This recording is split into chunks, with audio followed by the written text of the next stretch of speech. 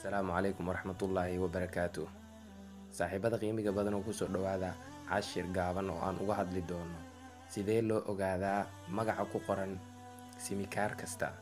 Ma doonaysaa inaad ogaato magaca ku qoran simikaarka saaxiibka ama saaxiibada amaba nambarku dhibay? Ma doonaysaa inaad ogaato magaca ugu qoran, yacni magaca saddexan oo ugu qoran simikaarkiisa?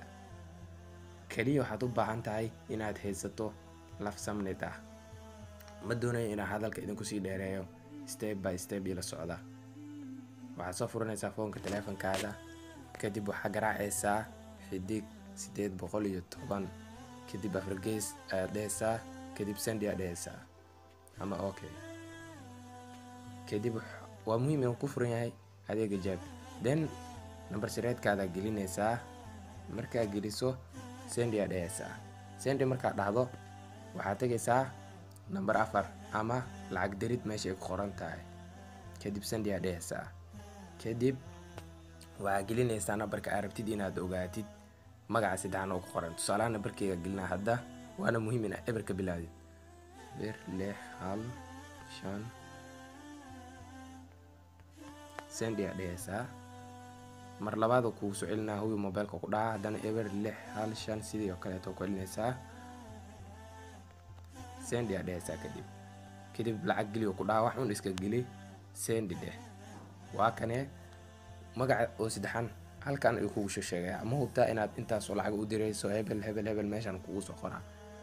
Waa ka muhiimada u soconay anaga intaan ahayd, si aad u hubsataan oo si aad u yaqaansataan nambar kale ku baroobeena.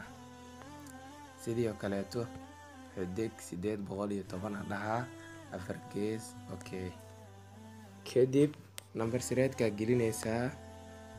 Number sireedka markaa geliso, weyga hadda marta camal soo maraysaa, number 4 aad tagaysaa. Mobilkaas aad rabtid aad gelinaysaa. Tusaale ahaan nambarkan ku baroobeena, send ayaad dhehaysaa. Hubi ku dhaca isla sidii la ugu celinaysaa. Number aadan aqoonin xitaa meeshan ku baroobe kartaa ku soo saaraa magaca. Laakiin muhiimadu waxay tahay wax ay yaqiinsan tahay oo aad hubtid inaad ku baroobaysid. Waa ka muhiimadan intaas ahayd. Hadda waa ka ujeedaa waa yaqiinsateen in uu rasmi yahay waxaan.